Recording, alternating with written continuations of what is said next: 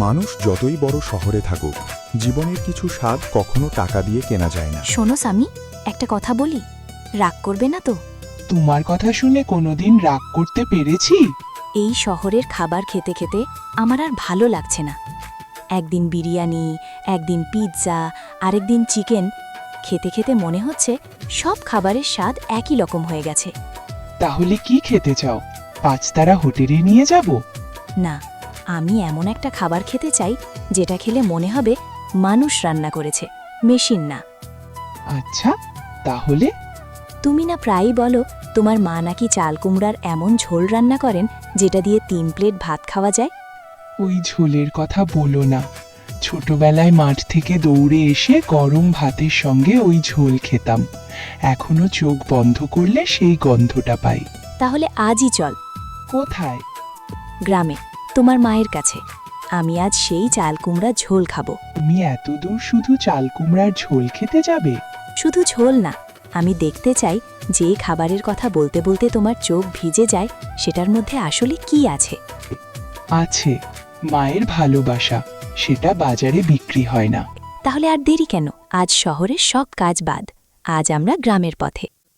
আজকের গল্পটা এমন এক দম্পতিকে নিয়ে, যারা শহরের হাজারো খাবার ছেড়ে 1 প্লেট গরম ভাত আর চাল কুমড়ার ঝোল খাওয়ার জন্য ছুটে গেল নিজের গ্রামের বাড়িতে। কখনো কখনো মানুষ বুঝতেই পারে না সে খাবারের খোঁজে বেরিয়েছে নাকি স্মৃতির খোঁজে। সামি আর মৌ ভাবছিল তারা শুধু একটা রান্না খেতে যাচ্ছে, কিন্তু গ্রামের পথে তাদের জন্য অপেক্ষা করছিল আরও বড় এক অনুভূতি। প্রায় 4 ঘন্টার পথ পেরিয়ে সামি আর মৌ পৌঁছে গেল গ্রামের বাড়িতে। মা, ও মা, দেখো তো কে এসছে। সামি, একবার ফোনও করলি না, এমন হঠাৎ চলে এলি? ফোন করলে তোমার মুখের এই আনন্দটা দেখতে পেতাম নাকি? আরে বৌমাও এসেছে। আয় মা, কাছে আয়। এই বাড়িতে এত হাসাহাসি কিসের? বাবা, আমি এখনো সেই আগের স্বামীই আছি। বলতো, হঠাৎ আসার কারণ কি? মা, আসল কথা ওই বলুক। একটা কথা শুনে হাসবেন না। হাসবো কেন, বলো মা। আমি আপনার হাতের চাল কুমড়ার ঝোল খেতে এসেছি। এই রান্নায় এমন কি আছে বলো তো? জানি না মা, কিন্তু সামি যখনই গ্রামের গল্প করে এই একটা রান্নার কথা না বলে থাকতে পারে না। আছে মা, এই ঝোলে মশলা কম, ভালোবাসা বেশি। আমাদের বাগানের চাল কুমড়ো, নিজের জমির ধান আর নিজের মানুষের জন্য রান্না করার আনন্দ। এই 3টে জিনিস বাজারে কিনতে পাওয়া যায় না। মা, মনে আছে আমি ছোটবেলায় চাল কুমড়া দেখলেই পালিয়ে যেতাম, বলতাম আমি এটা খাবো না। তুমি কি করতে? আমি বলতাম, 1 লোকমা খা, ভালো না লাগলে আর খেতে হবে না। তারপর 1 লোকমা থেকে 3 প্লেট ভাত শেষ করতিস। আজ বুঝলাম, মানুষ শুধু রান্না না, রান্নার সঙ্গে স্মৃতিও খায়।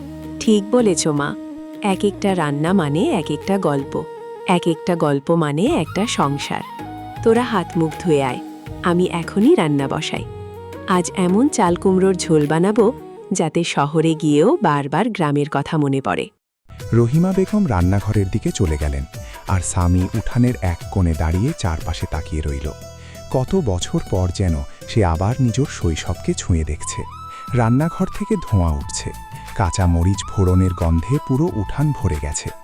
মৌ চুপচাপ রান্নাঘরের দরজায় দাঁড়িয়ে দেখছে কিভাবে এক হাঁড়ি সাধারণ চাল কুমড়ার ঝোল এত যত্ন নিয়ে রান্না করা হয়। মা, আমি একটা কথা জিজ্ঞেস করি? করো মা। আপনি এত ধীরে ধীরে রান্না করেন কেন? শহরে তো সবাই তাড়াহুড়ো করে। রান্না শুধু আগুনে হয় না মা, মন দিয়েও হয়। যে রান্না তাড়াহুড়ো করে হয় সেটা পেট ভরায়, আর যে রান্না মন দিয়ে হয় সেটা মন ভরায়। আজ তোরা অনেক দিন পর এসেছিস। আমি যদি তাড়াহুড়ো করি তাহলে এই দিনটার মূল্য কোথায়? আমি আগে ঝোলটাই খাই। এটা তো আমি কোনোদিন খাইনি। স্বাদ হয়নি নাকি? না মা, এত ভালো লাগবে ভাবিনি। এত সাধারণ একটা রান্না এত সুন্দর হতে পারে। আমি কি মিথ্যে বলেছিলাম? না, তুমি কম বলেছিলে। আমি ভেবেছিলাম তুমি শুধু তোমার গ্রামের গল্প বাড়িয়ে বলো। আজ বুঝলাম, কিছু কিছু জিনিস ভাষায় বোঝানো যায় না। নিজে না দেখলে, নিজে না খেলে বোঝা যায় না। জানো মা, আমাদের ঘরে অনেক সময় মাছ থাকতো না, মাংসও না। তখন এই চালকুমড়োর ঝোল দিয়েই সবাই মিলে খেতাম, কিন্তু কেউ কোনোদিন বলেনি আজ ভালো রান্না হয়নি, কারণ খাবারের স্বাদ শুধু মশলায় না, সংসারে শান্তিতেও থাকে।